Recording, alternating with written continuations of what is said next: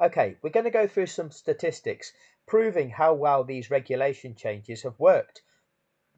The regulations changed for the 2022 season to give us closer racing and more competition so that we wouldn't see just one team dominate. So in 2022, there were 22 Grand Prix, of which one was won by Mercedes, which was the Brazilian Grand Prix, won by George Russell. If you recall that race, Lewis Hamilton looked to have the strongest pace in that race until Max Verstappen intentionally crashed into him, something that Max Verstappen actually admitted to. But there was no consequence. When a driver admits that they intentionally crashed into another car, that should result in a ban. But nothing to see here, no further action required. 4 races were won by Ferrari, and of those 4, Charles Leclerc won 3 and Carlos Sainz won 1, which means the remaining 17 races were won by the Austrian team Red Bull Racing.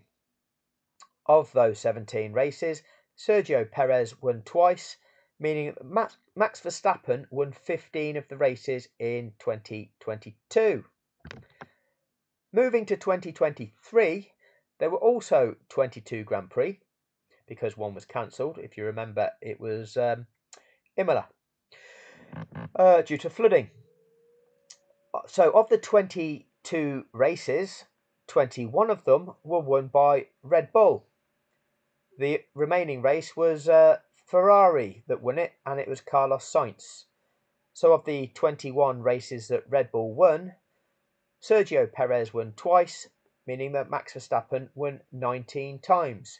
So just to recap, in 2023, there were 3 different race winners: Max Verstappen, Sergio Perez, Carlos Sainz.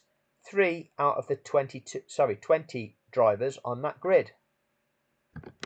Back to 22, there were 5 different race winners: the 2 Red Bull drivers of Max Verstappen and Sergio Perez, the 2 Ferrari drivers of Charles Leclerc and Carlos Sainz, and the sole Mercedes driver in that being George Russell. So this was the 2023 driver lineup. The top pair on the left hand side, Verstappen and Perez, both won races in the Red Bull machine. On the right hand side, Leclerc and Sainz, they both won races in 2022, but only Sainz won a race in 2023. Moving down the left hand side, Hamilton and Russell, neither driver won a race in 2023. It was Russell that won 1 race in 2022, the race that Lewis Hamilton did look the stronger car in up until the point that he was deliberately crashed into. Beneath the Mercedes team is the Alfa Romeo drivers of Valtteri Bottas and Zhou.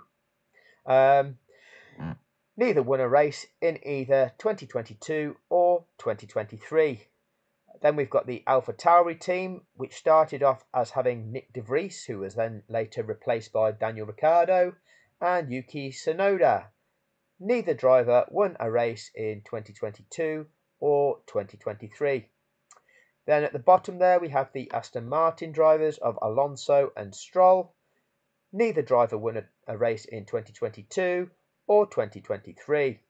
Moving over to the right hand side, beneath Ferrari, the orange coloured team of McLaren.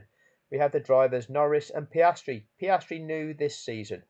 Norris has been in the sport for a number of seasons now. Didn't win a race in 2022, didn't win a race in 2023, and neither did Piastri.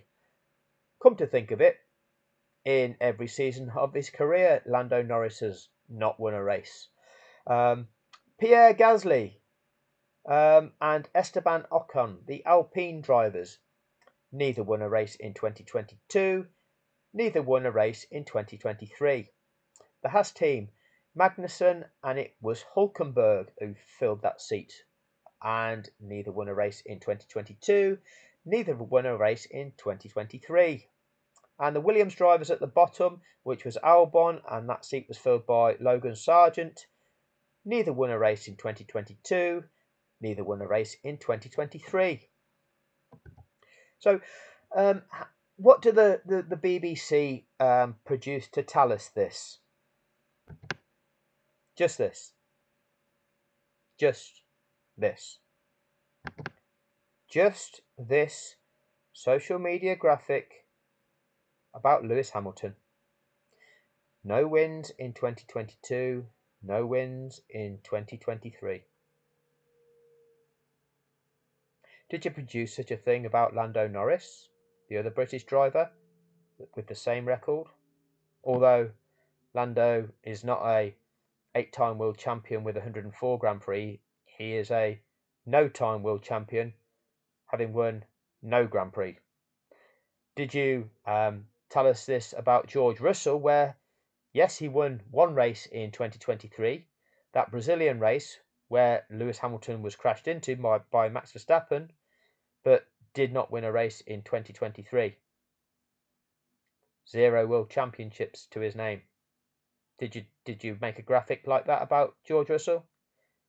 What about the other drivers on the grid? Of which, of the 20 drivers, 15 of them did not win races in 2022 or 2023. Which of those 15 did you make a graphic about BBC Sport? Which of those 15 drivers that didn't win a race in 2022 and didn't win a race in 2023, which of them drivers did you make a graphic about, telling the world about that, BBC? And by doing so, seeking the trolling reactions of 6.3 thousand people who seem to delight in that statistic, BBC. What is it that you are actually doing, BBC? What is your intent with that post, BBC? Can you talk us through the appropriateness of that post, Andrew Benson of the BBC, the BBC's chief Formula One writer, in charge of the Formula One department at the BBC?